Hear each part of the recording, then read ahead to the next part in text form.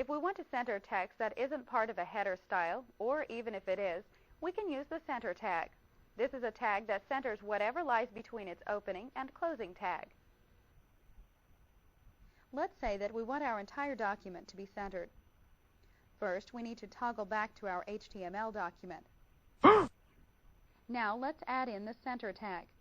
We want the entire page to be centered. So let's enter this tag before the first H1 tag.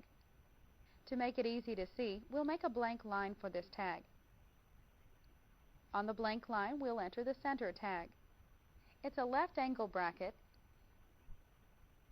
the word center, then a right angle bracket. Now what would happen if we entered a closing tag? Well, the centering would end wherever we place that closing tag. So then, what happens if we don't enter in a closing tag at all? That's right, the centering won't end. Everything will be centered. Let's save our work so we can see what the page looks like. Now toggle to the browser. Then refresh the page. And there's the proof in the pudding. Everything is centered. Now let's see what will happen when we enter a closing tag for the center tag.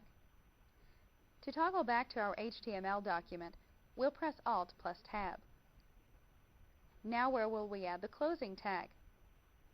Let's enter it at the end of the phone number. Click after the phone number. And here we'll add the closing tag for center. It's a left angle bracket, a / word center,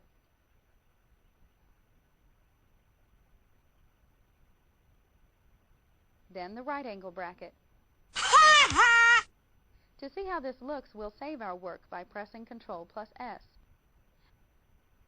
Now toggle to the browser window by pressing Alt plus Tab. And finally, you guessed it, refresh by pressing F5. See the difference? The last paragraph is left aligned. Everything else is center aligned.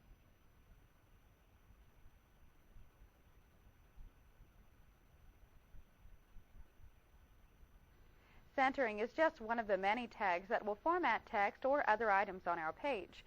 There are tags that do everything from blocking off a paragraph, bolding text, and even a tag that will make text blink. What we're looking at right now are some of the more popular tags that are used to affect text.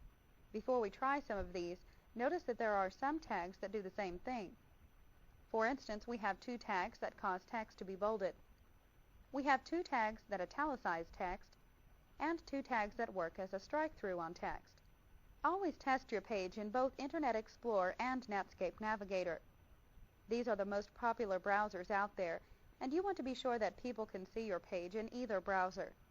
You can check your page in other browsers if you know which ones your viewers are likely to be using. As we've already mentioned, there are some tags that work best or will only work in some browsers.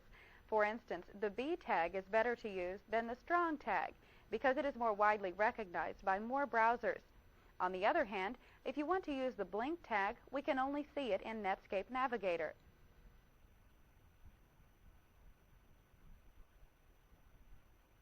Looking at the web page, what should we test the bold tag on? Let's bold the phone number. But first, we need to maximize the HTML document. So let's press Alt plus Tab to toggle it. Our first step is to place the cursor before the phone number. Now enter the opening bold tag. It's a left angle bracket, the letter B, then the closing angle bracket.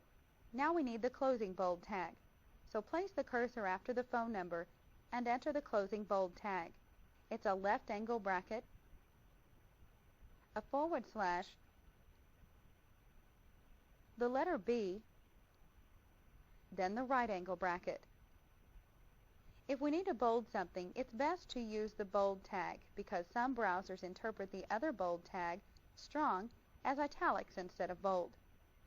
To see the difference, let's first save our work. Then press Alt plus Tab to the browser window. Now click Refresh, and our page appears with the bolded phone number. In support of the strong tag, speech synthesizers support it.